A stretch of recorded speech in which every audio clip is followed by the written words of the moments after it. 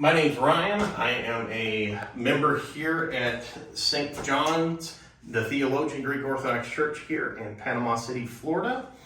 I'm basically will kind of take you at a whistle-stop tour of our parish, talk a little bit about what's going on in the structure of things, but keep in mind, I'm not an ordained priest. If any of this is interesting to you, that you want to look in further, I would recommend going on a tour with your parish priest in town and talking to them about the particular structures, the histories of everything else. I'm just giving you a broad overview so that if this is interesting to you, please look further. So we'll start here, and most Orthodox churches will have a little room at the beginning. This is called the narthex. It's actually named after an old Mediterranean plant, almost like a Mediterranean bamboo. Right? This particular plant was used to set wounds. The sap was used to heal injuries. It was like a balm or a nard, sometimes they'll call. And it became synonymous with like a clinic. People say, what does narthex mean? I would say, roughly, clinic. Because we are here to get balm, to repair our souls as we move forward towards God. It's like a healing mentality of what a narthex is meant to be as you step in and prepare yourself to be in the presence of God. Here, a lot of places do have icons. Like for instance, we have an old bishop throne icon. This is our patron, John the Theologian. I think the establishing members of this church happen to be from Patmos. That's why they chose John to be their patron. And among others, a lot of traditions, people will light candles for the living here and light candles for the dead, and kind of symbolic heaven at the lamp. That's not a lampstand, but at the candle holder in the front. I don't know if anyone particularly holds that tradition here, other than we will light candles and prayers for both. But I have heard it said that there is a difference between the two. I don't know how many people hold to it. So, if you're looking at the Orthodox Church, you got to think of an onion.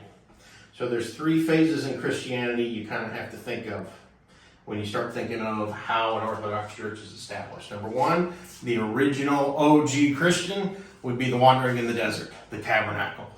Same thing with the temple, which is based around the tabernacle, right? It's kind of the earliest form of worshiping Yahweh, the Trinity, before they had a concept of the Trinity, was that. And all of our holy places are laid out sort of like that. Like there's a courtyard, and beyond that there's a holy place, and then there's a most holy place that we will not be walking into, but there will be a most holy place even beyond that.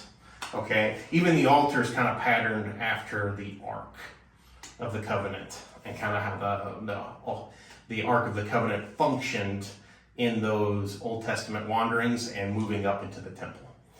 So after that, after we have Jesus and the temple gets overturned in AD 70 and all the bricks get torn down and everything else, and then suddenly we have Christianity. Well, Christianity gets persecuted, so where do they meet? They meet in tombs, right?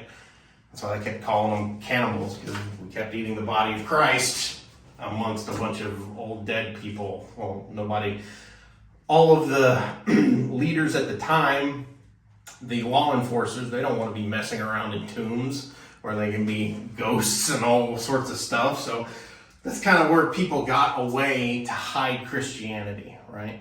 So we have that as an influence. So in Orthodox churches, there will be the bones and the relics, basically. Some are bones, some are fabrics from cloths or, shoe leather or whatever, but generally the relics of saints are patterned. Even our altars, they used to, the altars would be like the sarcophagi they used to meet at, right? And you would have the bones of a saint, because you would meet at, I don't know, like an important saint, you would set up and have a liturgy there using the sarcophagus as that altar, right? So the idea of having the bones of a saint in an altar, that's kind of there's your second layer. Well, your third layer is Christianity goes mainstream, right? The Emperor Constantine says, hey, Christianity's cool. Everybody should be a Christian. We're going to convert to Christianity now. And he takes those centers, civic centers, basilica, right? And a lot of our churches are based around that kind of basilica that get converted into these churches. So when you look at the history of Orthodox churches and everything else, you got to think about those three layers. Like first, the tabernacle / temple, then we were meeting in tombs, and then we were meeting in these big basilica, right? So moving forward, I talked about the narthex, we're going to move forward into the nave. And this particular parish is fun because it actually matches what nave means. If I said, I have a navy, what does that mean? I have ships, right? So a nave is like the hull of the ship, right? It's like the Ark of the Covenant, not the Ark of the Covenant, excuse me. Wrong Ark. Oh, delete, editor, please. Wrong Ark. It's like Noah's Ark, right? It's in the boat of salvation, right? Is the kind of the concept, right? We have the nave. And our nave, like I said, used to be an old Methodist church. Churches are supposed to point east because we're awaiting the coming of Christ, right? Our church is spiritually east. It just happens to be north because the Methodists don't hold the same tradition. But, right, we're supposed to be facing east, most of these churches. Okay? So from the nave, you have this particular holy area called the Solea. I'm not going to run up there just because I don't have really a reason to run up there right now. But if you were to venerate an icon or something like that, you would move up to this Solea. I know different churches and different traditions. Sometimes they'll give communion from the ambon, the little semicircle there. But we give here at the Solea. Most of our functions happen on the Solea. This particular wall is the iconostasis, or the icon holder, where you'll always have Jesus and you'll always have Mary. So if I went into a small, like a startup church somewhere in, say Bucksnort, Tennessee, or something like that, we're going to start an Orthodox church. And we're going to start it out of this like itty bitty trailer. We would have Jesus and Mary. And as you scale up, you'll have more icons. You'll have the icon of the Annunciation there at the gate. And then as you scale up, you'll have the forerunner, John the Baptist, next to Jesus. And you'll have whoever your patron saint is next to Mary there. Our patron saint happens to be John, which is fitting considering he adopted her, basically. From there, you have the doors of entry. So you have the angels. I think it's Michael and Gabriel. And then on our side, we have the relics of the saints that we have. So that's Pantaleimon, the monastery at Saba that we haven't been able to track down a whole lot of historical information on that. And we have Kyriakos.